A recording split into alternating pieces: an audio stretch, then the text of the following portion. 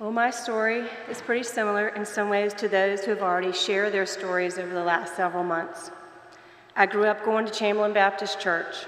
I went to Sunday school, participated in GAs, sang in the Cherub, the children, and the youth choirs, was in the children's handbell choir, and participated in many youth activities. So I was pretty active and engaged in my church. The differences are that no one in my family were a minister, and I never at that time in my life felt a call to ministry. Instead, I had dreams of being either a marine biologist, a nurse, or a teacher. I changed my mind about being the marine biologist when I took chemistry in high school. And I realized as a nurse, I would have had to give shots and take blood, and I do not like needles. So that left teaching, which makes sense, because my mom was a teacher and later a preschool director. I spent many a summer watching her prepare for school each year. I have fond memories of going with her to the preschool as a child. And I spent many an August weeks helping her sort art and school supplies for her preschool classrooms. Children were her passion. And I definitely got that passion from her, as I too love working with children. Every day is different, and with each child, you learn something new about them and yourself. So now, how did I end up being your children's minister? Well, I believe that God was nudging me in this direction, to challenge me, to put my passion and love for children toward the children and families of this church. It was through being a chaperone over the years for children and youth at mission tours and camps. It was through being a choir mom, teaching Sunday school, and mission friends. I thank God worked through these experiences to show me that my passion for children can be used beyond the classroom.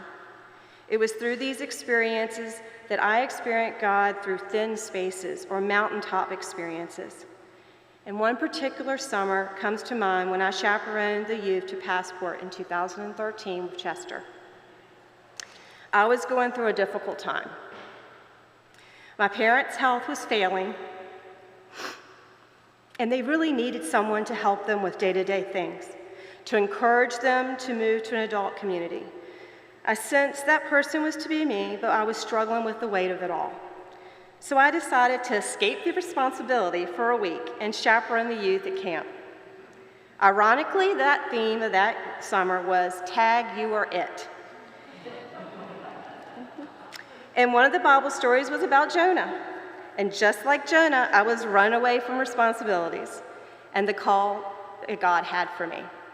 It was during that week at Passport and with the youth that I saw that my caring for my parents was a gift and a call from God. I am so glad I took that call, because I cherished those years with my mom and dad.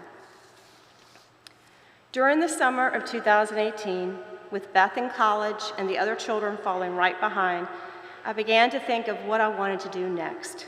My children were growing up, and I felt like I needed something to do. Do I go back to teaching elementary school, or do I go back to school itself? The kids and I were at our Bay Cottage, and I saw the online notice that our church was looking for a children's minister. And I was talking out loud and said, half-jokingly, maybe I should apply for the minister job. Matt happened to be with me at the time and said, Mom, you should. I truly thought he was joking, but he was serious. At first I was like, no way, I am not qualified, I am an educator and not a minister. But as I had conversations with close friends and family, began to see that maybe this was a possibility.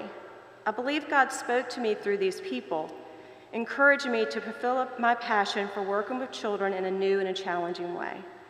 So I began the process of applying and interviewing that fall, and then you all affirmed me and had faith in me. And oh, what an adventure it has been. My first year was pretty much what I expected, learning and adjusting to the position, attending Passport Kids Camp, organizing and participating in children's activities like VBS and Trunk or Treat, Adventure Lunch, missions, and Sunday school. Then March 2020 hit, and ministry was turned upside down. We were having to rethink everything, and all the ministers were in the same boat.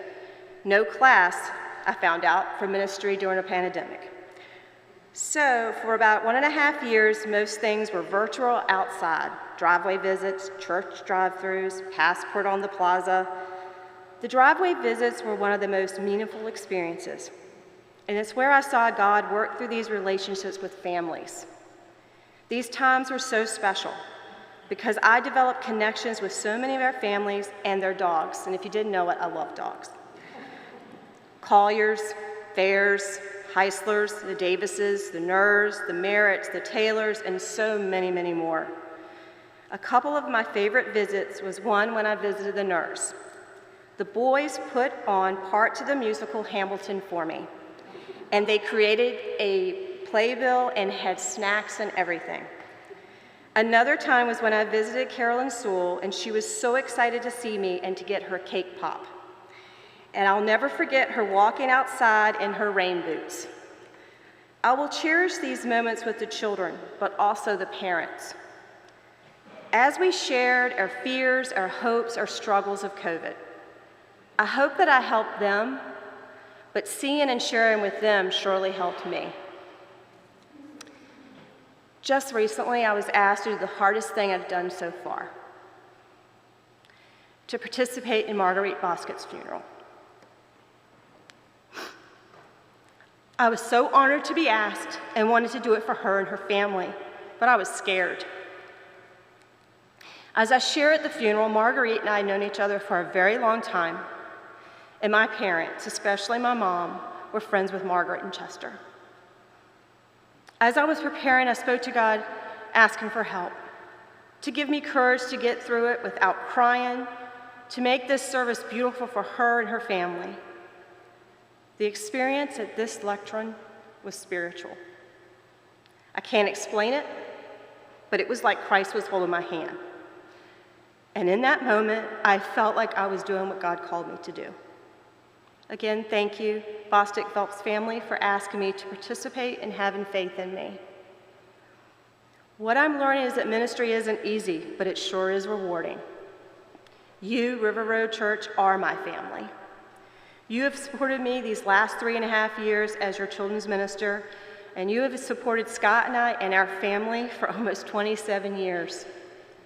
I am so thankful that Scott and I decided to visit here back in November of '94, and that we became a part of this family of faith.